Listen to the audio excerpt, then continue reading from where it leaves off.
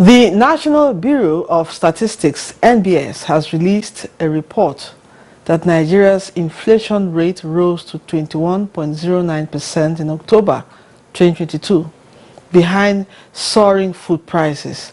This report, which was made known in its Consumer Price Index (CPI) report for October 2022, further disclosed that on a month-on-month basis, the headline inflation rate for October 2022 was 1.24%, which is 0.11% lower than the rate recorded in September 2022. That is 1.36%. This means that in October 2022, the general price level for the headline inflation rate on a month-on-month basis declined by 0.11%. The percentage change in the average CPI for the 12 months ending October 2022 over the average of the CPI for the previous 12 months period was 17.86%, showing a 0.91% increase compared to the 16.96% recorded in October 2021.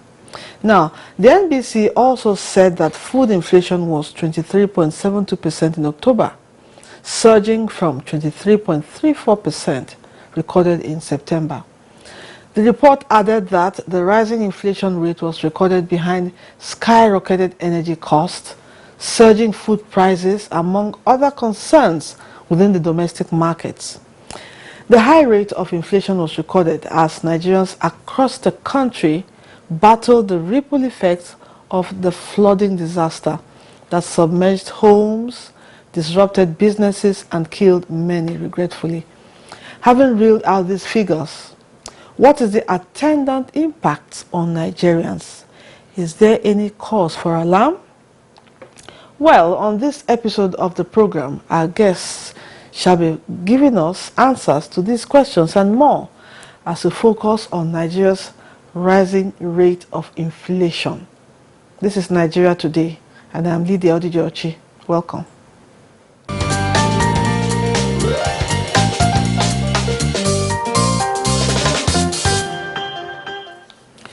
With me in the studio to discuss Nigeria's rising inflation rate is Ben Shemang, Director News, Voice of Nigeria. Thank you for joining us. My pleasure. Good to have you. Thank you. We also have a regular, Yusha'u Aliu, an economist. He's joining us to do some justice in analyzing all those percentages for us and figures. Thank you very much. Okay, let me start with you, Yusha'u. What is the true or the current current rate of inflation in Nigeria?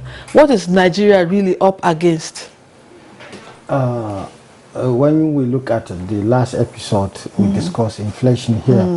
I personally highlighted that it's going to be increasing for many reasons. At that time, we're experiencing flooding, which I reiterated vividly that it has changed prices because of many factors. One is that a lot of wastages were recorded because perishable items that ought to have been delivered to the market from the northern part to the southern part has been devastated. Yes. The same thing applies to PMS that's supposed to have come through River Niger to the northern part of Nigeria, then changing the general price, and that also changes the transport cost. Changing transport cost changes many things. Yes. And that is why the MBS highlighted high energy cost.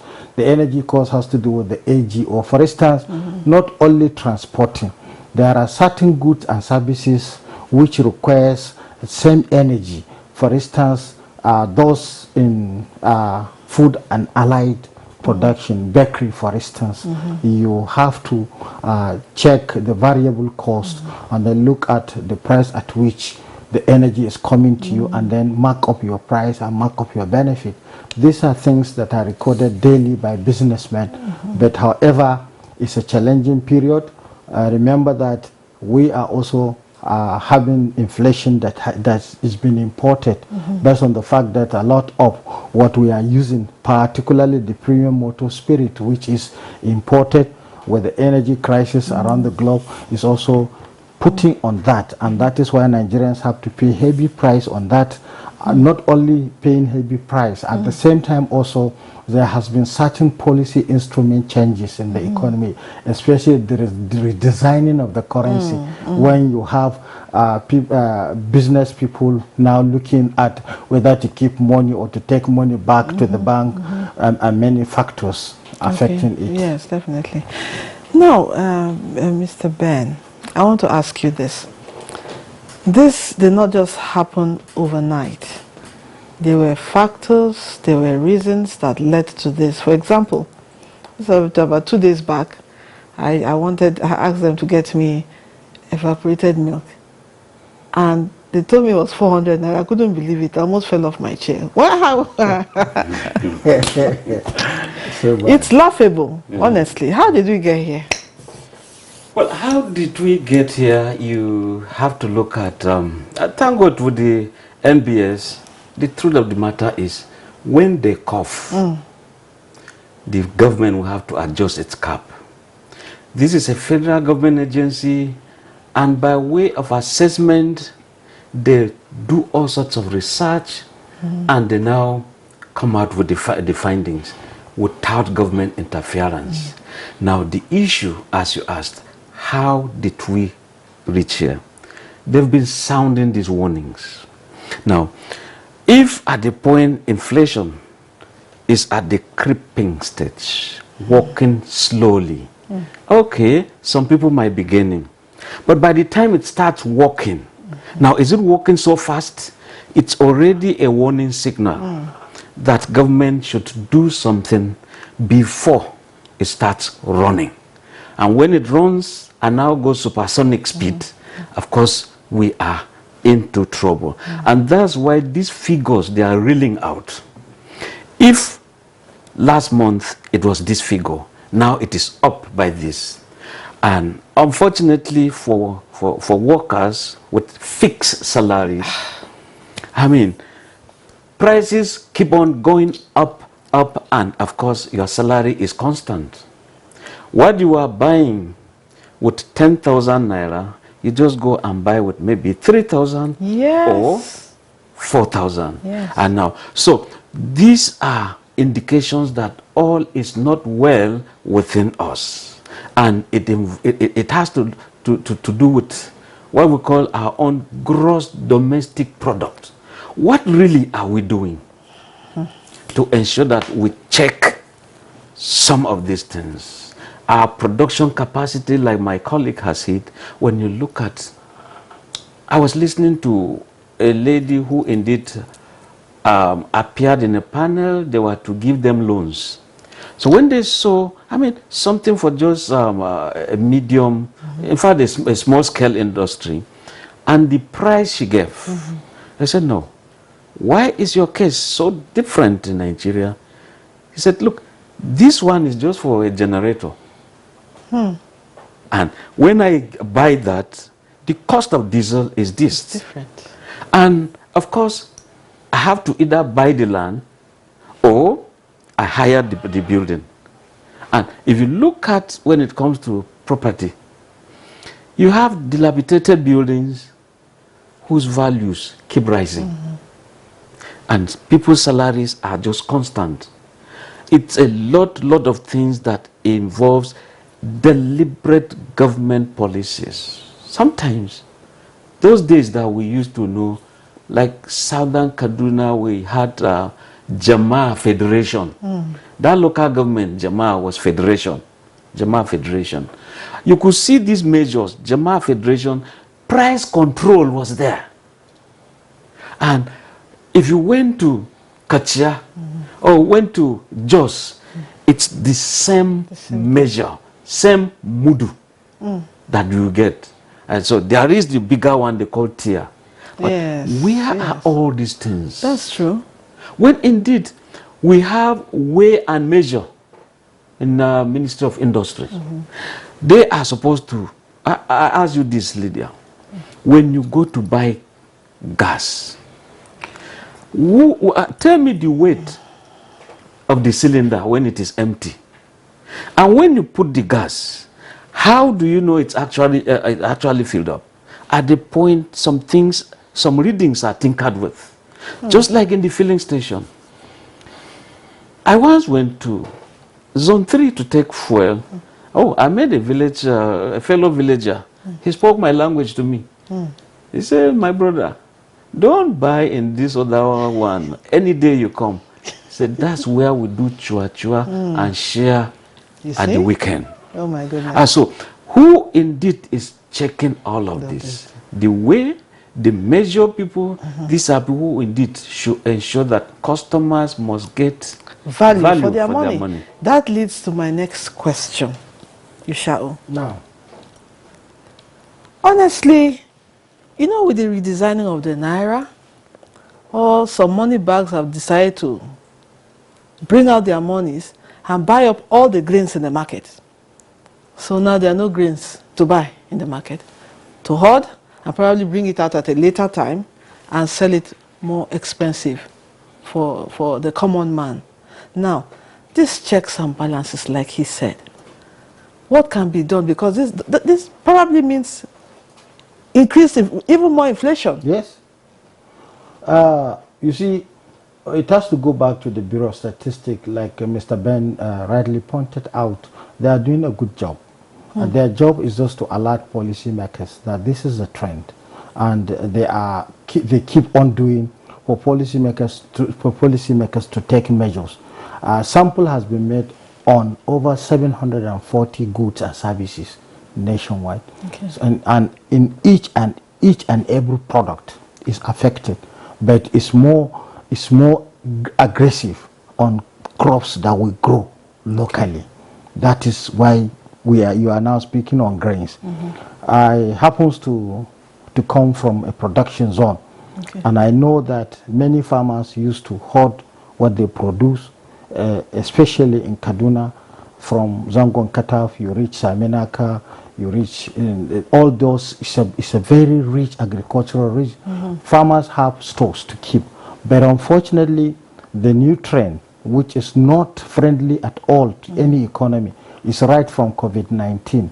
Some state government uses it as an avenue to quickly buy grains to keep for their people, and at the same time also humanitarian services department or ministry also took part in taking all this grain. That is what triggered inflation at that in the year 2020, because there was massive purchase of grains and then locking them until the NSAS start bringing them out. So in my own opinion, the best way to do it first is to look at the composition of what is produced in any geographical location, and also to study the market. The problem is not only storing by those who are looking for high profit, but storing by the bandit. Bandits are in control of many farm produce, and that they don't allow it to come to market. It comes to market at their own wish. So that has to be checked. That is the first thing. The second, the business people who are not farmers, who are buying, who are traditional people that are engaged in hoarding. That is the second category. The recent category, those who have large stock of funds at home and then trying to get animals and grain. There must be drastic policy measures. And that is why you have to be unconventional. Like I said to the central bank, using traditional tools to check inflation will not give result, because Naira is stuck out of the banks, and it has come to reality. Now the same thing applies. If we are to check food inflation, we have to check the excesses of certain business cycle, or you call them black marketers, who are out to make abnormal profit. Their desire is not to make a normal profit. So if their desire is to make abnormal profit, then the authorities have all that it takes to use unconventional to check the excesses. All right. We'll take a break now from this discussion. We'll be back in a moment. Stay with us. This is NTA News 24 broadcasting from Abuja. You can watch us anywhere, anytime on the following platforms.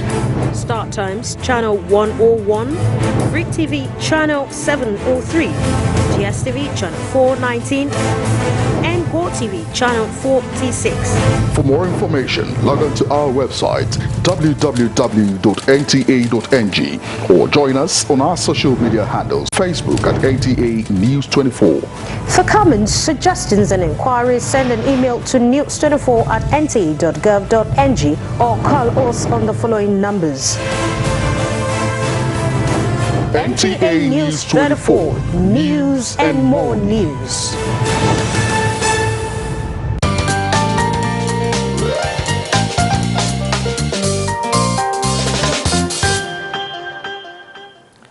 Welcome back. The program is still Nigeria Today, and we're discussing Nigeria's rising inflation rate. My guests are still with me, Ben Shemang, Director News, Voice of Nigeria, and Yusha'u Aliu, an economist. Now, Ben, with all we've been talking about, is there cause for alarm? Yes, there is cause for alarm. Why am I saying so? When you look at the bureau that brings out these figures, I mean, if they were to come from an opposition political party, you begin to doubt, no, they've been watered down. And for the fact that the government itself does not interfere in their job and they bring out these figures, it's not for it is not time for tea party. Now, when we talk of this inflation, let's look at the cost and the push factor of this inflation. Look at the petroleum industry, for example. The moment your refineries, 4 of them are not working, and you have to import, and how much does it cost you to import? Now, those who do the bridging, go buy this from the ports, you now take to Maiduguri, come to Abuja, at what price? And due to scarcity too, those who give them out at, at the filling stations, you go there to buy. Spend how many hours? Now the ripple effect now comes to the consumer. Let's take the case of just ordinary roasting of corn by the roadside. The woman goes to the bush to buy. The price she was using to go has changed. On her way back, the corn itself is being charged. Her own cost of bringing it is being charged. And that's why if you take the Abuja, no matter how small the corn is 100 naira. And that's just as little as that thing is. Maybe more than that. You know? So, now, if therefore, the woman selling that encountered many of these things, she has to transfer the cost to the buyer. Yes, of course. If the taxi man spend 7 hours to get fuel without seeing his wife, his family, of course he has to transfer the cost to the consumer. Now there is a man or a lady at the restaurant or the salon, of course she spends so much at the point they say, we can't give you via, you have to bring your genset to the filling station. You now hire a taxi at what price? To go take the fuel, take it back at what price? Then the price, will now go back to the consumer. So, if you asked, is there an alarm? Just do the computer language, copy paste. What is happening to the taxi driver at the filling station will also apply to the lady running the restaurant. Now, you go there, oh, there is no light. People are looking for cold drink. They are not there. The lady couldn't afford to queue for this long. But incidentally, if you still ask, is there cause for alarm? Why is it that the product is not inside the filling station, but you can get it via hawkers along the roadside? And you go there, the prices, it's like Leventis of those days, price tag. They don't go beyond this. They rather collect more. And when you say, why don't you reduce this? No. If I reduce this, then my returns in the filling station would not be much. And so it's a deal. Again, back to price control. You know, we need price control at the point. When we were talking of commodity board that time, yes, minister, council of minister, when that will be minister of industry, then you now have commissioners of commerce in all the states, they meet. How do we handle this? It's just like you have council of state, council of health. You have the minister of health with all commissioners of health. You now have council for information, minister of information and all commissioners of information. You sit down because there are issues on ground that are supposed to be handled. But you realize that everything is just politics, that quick fix thing that people are involved in. There is that problem. You look at, okay, get money from security vault, you just give it. I mean, it's like water is about boiling. Yes. And pouring inside fire. Just get cold one and pour inside. It subsides. Give it 5 minutes, it comes back again. So we can't approach economy that way. Okay. It's simple economics. You shall. What, in your expert opinion, should the Nigerian government and the citizens do or not do to mitigate the rising inflation in Nigeria? Because, like I'm a worker, but I know how hard it is. Sometimes when I think about the man without a job on the street, I think, how do they eat? How are they surviving? WW Roster always emphasize on attitudinal change. For citizens, we have to change attitude to what we consume, attitude on how we consume, and also how we do business. Most of these things are induced by certain unethical behaviors.